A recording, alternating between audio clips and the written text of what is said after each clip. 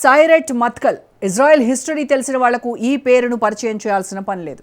ఎందుకంటే ఈ సేవియర్స్ నిర్వహించిన ఆపరేషన్లు చరిత్రలో నిలిచిపోయాయి. చాలా దేశాల్లో నిఘా శిక్షణ క్లాసుల్లో సైరెట్ మత్కల్ స్టోరీ పక్కాగా ఉంటుంది. అలాంటి వాటిలో ఆపరేషన్ థండర్ బోల్ట్ది మొదటి స్థానం. ఆ మిషన్లోనే నెతన్యాహు సోదరుడు వీరమరణం పొందాడు. తాజాగా మరోసారి అలాంటి మిషన్కే రంగం సిద్ధమవుతోంది.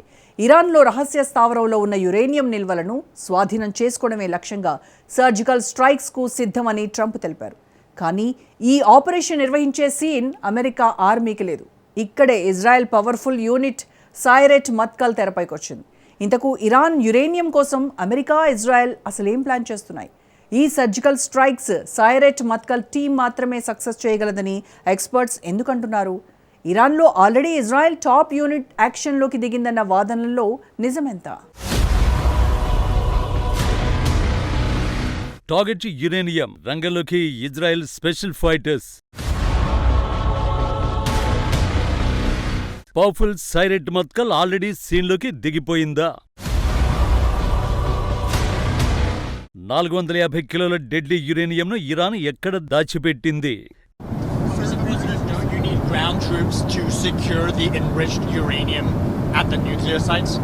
We'll find out about that. We haven't talked about it, but it was a total obliteration. They haven't been able to get to it, and at some point maybe we will. You know, that would be a great thing. But right now we're just decimating them.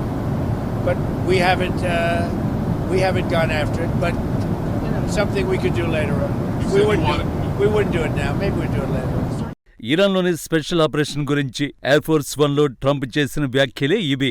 ఇరాన్పై Trump ఇజ్రాయెల్తో కలిసి దాడి చేయించడానికి ప్రధాన కారణం అక్కడున్న uranium నిల్వలే. Khamenei పాలన, Iran nuclear programme పేరుతో పశ్చిమాసియాలో Trump యుద్ధాన్ని స్టార్ట్ చేశాడు. ప్రస్తుతం జరుగుతున్న దాడులో ఆ లక్ష్యం నెరవేరిందా అంటే లేదని చెప్పాల్సి వస్తుంది.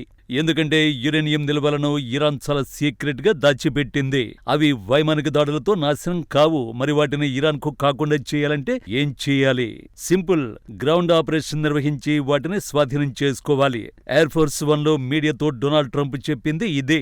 ఇరాన్ దగ్గరున్న సుమారు 450 కిలోల అత్యంత శుద్ధి చేసిన యురేనియం నిల్వలను స్వాధీనం చేసుకునేందుకు స్పెషల్ ఆపరేషన్ నిర్వహించబోతున్నట్టు ట్రంప్ ప్రకటించాడు. ఈ ఆపరేషన్ లక్ష్యం ఇరాన్ యురేనియం నిల్వలను అణ్వస్త్రాల తయారీ ఉపయోగించకుండా అడ్డుకోవడమే.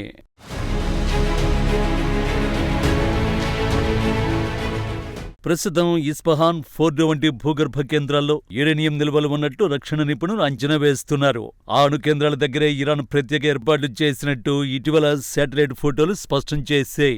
ఇరాన్ వీటిని ఎప్పుడైనా బయటకు తీసి బాంబు తయారీకి వాడే ప్రమాదం ఉందని అమెరికా ఆందోళన చెందుతోంది. అలా జరగద్దంటే వాటిని స్వాధీనం చేసుకుని తీరాల్సిందే. ఈ ఆపరేషన్ 2 విధాలుగా చేయాలని అమెరికా భావిస్తున్నట్టు అంతర్జాతీయ రిపోర్ట్స్ చెబుతున్నాయి. మొదటిది యురేనియం నిల్వలను ఇరాన్ నుండి పూర్తిగా బయటకు తరలించడం. రెండోది అణు నిపుణులు అక్కడికక్కడే యురేనియంను డైల్యూట్ చేసి దానిని న్యూక్లియర్ వెపన్స్ తయారీకి పనికిరాకుండా చేయడం. కానీ ఇవి చెప్పినంత ఈజీ అయితే కాదు.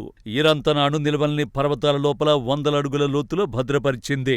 అక్కడికి చేరుకోవడం అంటే సూసైడ్ చేసుకోవడంతో సమానం. వెనిజులాలో నికోలస్ మదురోని కిడ్నాప్ చేసినంత ఈజీగా యురేనియం నిల్వలను స్వాధీనం చేసుకోలేరు. ఇక్కడే సైరెట్ మత్కల్ యూనిట్ పేరు తెరపైకొచ్చింది.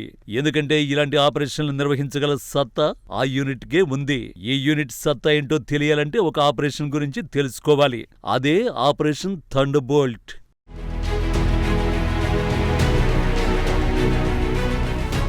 అది 1967 జూన్ 27 ఇజ్రాయెల్ విమానాన్ని హైజాక్ చేసిన పాలస్తీనా ఉగ్రవాదులు మొదట్లో లిబియా విమానాశ్రయంలో దాచిపెట్టారు. చుట్టూ అన్ని దేశాల సహకారంతోనే చేసినప్పటికీ వీళ్లకు ధైర్యం చాలేదు. ఇజ్రాయెల్ ఎలా అయినా వచ్చి బందీలను విడిపించుకుపోతుందనే భయంతో మళ్లీ 4000 కిలోమీటర్ల దూరంలోని రిమోట్ ఆఫ్రికన్ ఇస్లామిక్ దేశమైన ఉగాండాకు షిఫ్ట్ చేశారు. ఉగాండా సైన్యాధ్యక్షుడు ఈదీ అమీన్ రాక్షసుడు. ఇజ్రాయెల్ అంటేనే అతడికి ఎంతో మంట. దీంతో ఉగ్రవాదులకు పూర్తి మద్దతు ప్రకటించి తన సైన్యాన్ని కూడా హైజాకర్లకు సపోర్ట్ గా నిలిపి మారిషస్ లో ప్రపంచ దేశాల సమావేశాలకు వెళ్లాడు. విమానంలోని కేవలం 54 మంది ఇజ్రాయెల్ ప్రయాణికులను మాత్రమే బంధించి మిగతా దేశాల ప్రయాణికుల్ని విడుదల చేసి 2 కిలోమీటర్ల దూరంలోని హోటల్ కి తరలించారు తీవ్రవాదులు. విమాన ప్రయాణికులను విడుదల చేయాలంటే జైళ్లలో ఉన్న పాలస్తీనా తీవ్రవాదులందరినీ విడుదల చేయడమే కాక $5 మిలియన్ డబ్బు ఇవ్వాలని డిమాండ్ చేశారు. జూలై 3 వరకే గడువు ఇచ్చిన ఉగ్రవాదులు ఒక్కరోజు ఆలస్యమైన ప్రయాణికులందరినీ ఊచకోత కోస్తామని హెచ్చరించారు.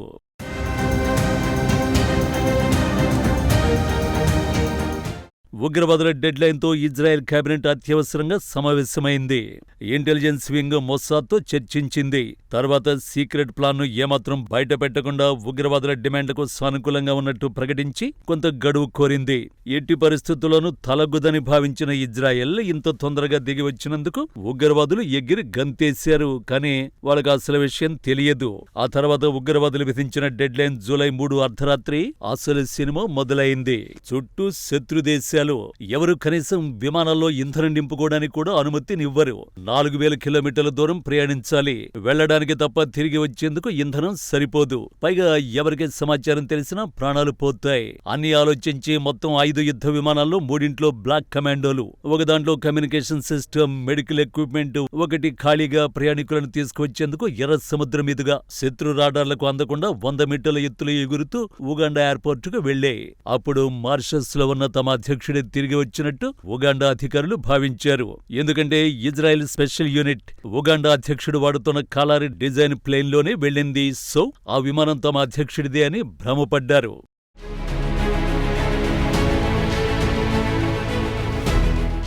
అచ్చంగా హాలీవుడ్ సినిమాలో చూపించినట్టుగా ఆ తర్వాత 15 నిమిషాల్లోనే మొత్తం సైనికులందరినీ మట్టుబెట్టి 2 కిలోమీటర్ల దూరంలోని ప్రయాణికులను బంధించిన హోటల్కు వెళ్లి అందరినీ తమ వెంట తీసుకెళ్లిపోయారు. ఈ 15 నిమిషాల గ్యాప్ లోనే ఉగాండా ఎయిర్ ఫోర్స్ చుట్టుపక్కల ఉన్న డిఫెన్స్ వ్యవస్థ మొత్తాన్ని ధ్వంసం చేశారు.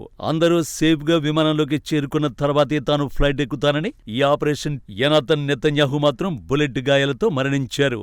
ఆయన ప్రేరణతో దేశ సేవకే ముందుకొచ్చిన లీడరే ప్రస్తుత ఇజ్రాయెల్ ప్రధానిగా ఉన్న బెంజమిన్ నెతన్యాహు.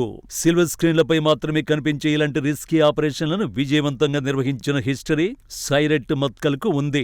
ఆల్రెడీ ఇరాన్లో రహస్య ఆపరేషన్లు నిర్వహిస్తున్నట్టు నివేదికలు చెబుతున్నాయి. వీరితో పాటు అమెరికా స్పెషల్ యూనిట్లు కూడా సీన్లోకి దిగుతాయని ట్రంప్ మాటల్ని బట్టి అర్థమవుతోంది. నేవీ సేల్స్ లేదా డెల్టా ఫోర్స్ వంటి అత్యున్నత స్థాయి కమాండోలను ఇరాన్కు పంపించే అవకాశం కనిపిస్తోంది. కానీ ఈ ఆపరేషన్ ట్రంప్ చెప్పినంత ఈజీ అయితే కాదు. ఎందుకంటే ఇరాన్ కూడా అమెరికా, ఇజ్రాయెల్ సైనికుల కోసం ఎదురు చూస్తూ ఉంటుంది.